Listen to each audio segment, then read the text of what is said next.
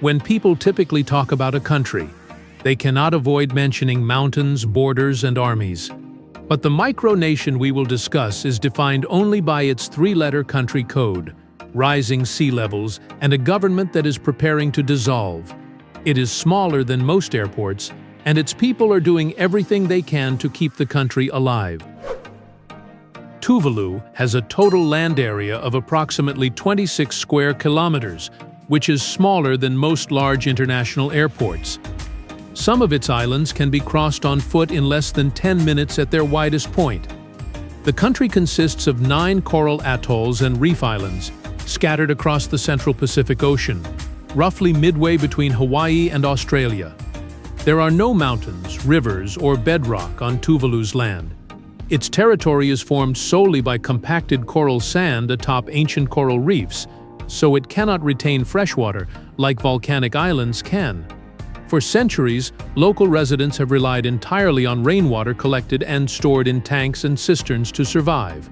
Even if a well is dug just a few feet deep, only undrinkable saltwater can be drawn. Tuvalu, a Pacific island country whose territorial sea accounts for a top-tier share of its total land area globally, has an exclusive economic zone covering approximately 750,000 square kilometers of ocean.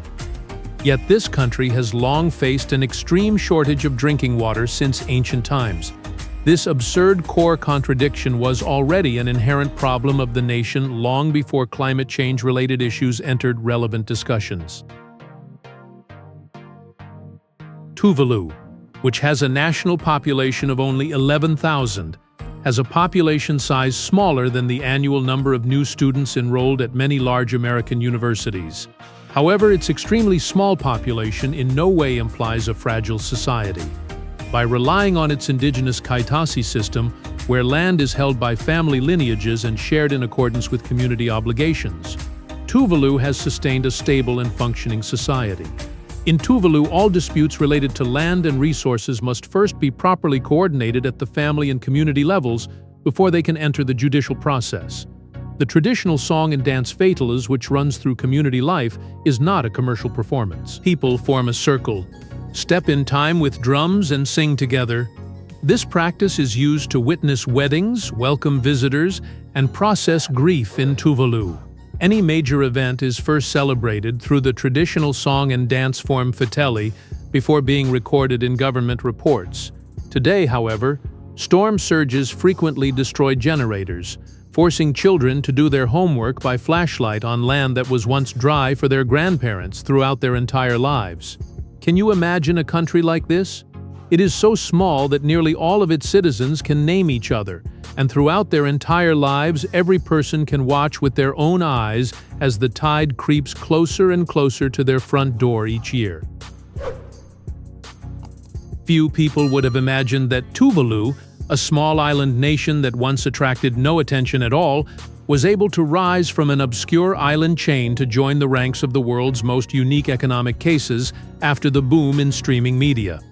This transformation came entirely thanks to the Tapite domain name assigned to the country when internet domain names were distributed in the 1990s. Many Twitch streamers and streaming platforms prefer to use .tv domain names. For millions of English speakers, this domain is intuitively linked to television, which aligns with the positioning of audiovisual content. Few people know that the Tapite domain belongs to Tuvalu, a country that rents out the management rights of the domain in exchange for a share of revenue. This income accounts for a large proportion of the country's total national budget. There exists such a country. It has almost no industry or manufacturing sector, and lacks arable land for farming. Yet it can support the operation of some of its schools and hospitals relying on a memorable domain name, favored by the global entertainment industry. This country is Tuvalu, whose core source of income lies entirely in cyberspace, a space that will never be submerged by rising sea levels. Many people may assume that Tuvalu has always been a sovereign state, but in fact, it was once incorporated by the United Kingdom into the Gilbert and Ellice Islands for unified administration. Due to the separation of its population into Polynesian and Micronesian ethnic groups, with incompatible cultures and languages, Conflicts intensified in the 1970s. In 1974, a referendum in the Ellis Islands passed by an overwhelming majority, deciding to secede from the original system to become an independent self-governing entity. Tuvalu gained full independence in 1978. The Gilbert Islands, which it was formerly part of, later became Kiribati. Tuvalu officially joined the United Nations in 2000, making it one of the youngest and smallest member states in the organization's history. The country has no standing army. Its current quasi-defense force carries out both police and maritime patrol functions and can undertake tasks such as search and rescue and disaster response. Contrary to the common stereotype that small island nations have weak discursive power, Tuvalu's influence in the UNFCCC climate negotiations far exceeds what its size would suggest. Its statements are frequently cited, simply because it is making a real-time cry for the survival of its nation, a stance that is completely irreplaceable.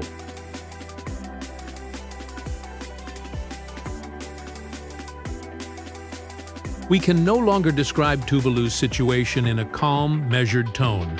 In recent decades, the rate of sea level rise around its waters has far outpaced the global average. The annual highest tides, known as king tides, which occur twice a year, do not merely flood the coastline. They also seep up from underground through the porous coral geology. Even in village centers, far from the beach, seawater can be seen bubbling and seeping out of the soil, the only link connecting Tuvalu to the outside world. Funafuti International Airport is often submerged by unusually high tides even on calm days with no wind or waves.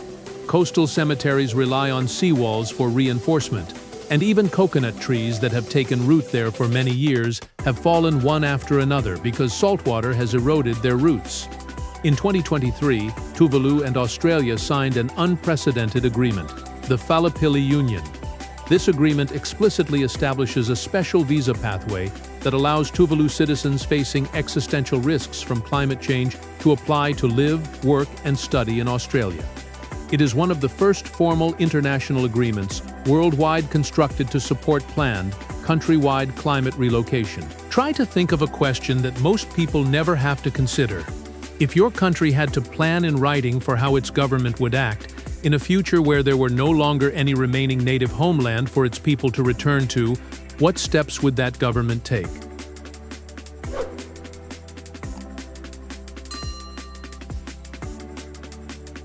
At COP27, held in Sharm el-Sheikh, Egypt in 2022, the government of Tuvalu announced plans to build the world's first digital nation.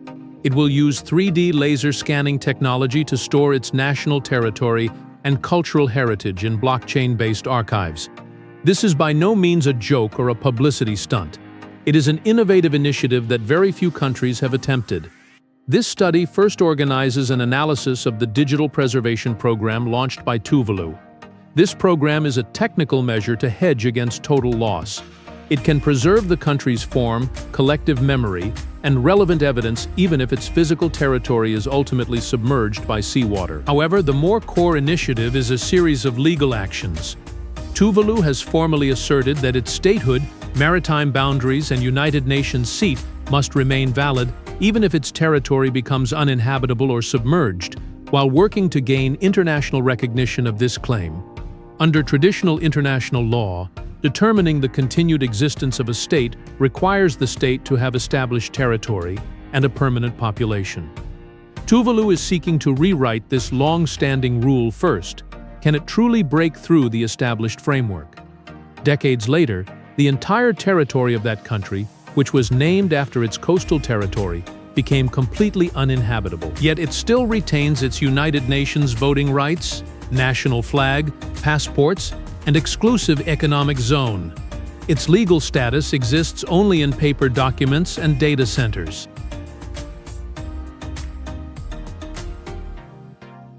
This paper's authors propose that relying solely on the grand narratives of statistics and international treaties makes it difficult to truly convey the severity of the climate crisis. Instead, we can turn our focus to a 60-year-old fisherman from Tuvalu. He has fished in the reef waters passed down from his father and grandfather for decades, and has personally witnessed the coastline near his home retreat by several meters. The resident of this small Pacific island has repaired the same section of seawall for the third time. When a visiting reporter conveyed an offer that would allow him to relocate to Australia or New Zealand under a new agreement, he clearly rejected it. He is not unaware of the risks posed by climate change, he explained. Leaving his homeland cannot count as building a life elsewhere. It would be another kind of loss. At the opposite end of the globe from Tuvalu, a small island nation whose territory spans only tens of thousands of square kilometers, this young diplomat in his 20s traveled between climate conferences held in Egypt and the United Arab Emirates. Standing before envoys from major countries whose land areas are 1,000 times that of his home nation, he stubbornly refused to let his country be reduced to an insignificant footnote in others' climate reports. Some people remain on their ancestral homeland of Tuvalu, while others travel across the international stage to speak up. Both groups are determined to prevent Tuvalu from disappearing from humanity's collective narrative. This will to resist erasure is the true core of this story.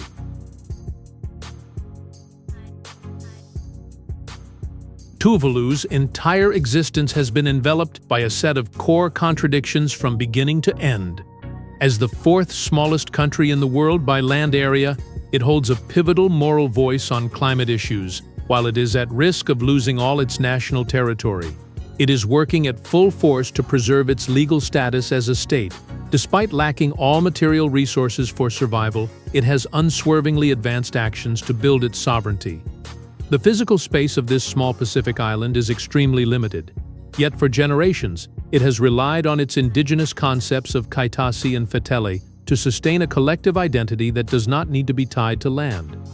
Its most stable modern source of income comes from its two-letter internet domain suffix. Even amid the wave of country code domain repossessions by the Internet Corporation for assigned names and numbers, ICANN, colloquially called the King Tide, this digital asset has continued to operate without disruption. Try to imagine that you live on that piece of land by the sea. Twice every year, the groundwater level rises above your backyard, yet you still stay here, singing, fishing, and raising your own children.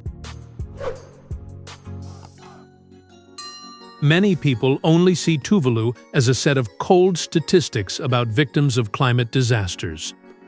In reality, the archipelago's residents have neither waited passively for other countries to decide their fate, nor simply framed themselves as innocent victims of disasters.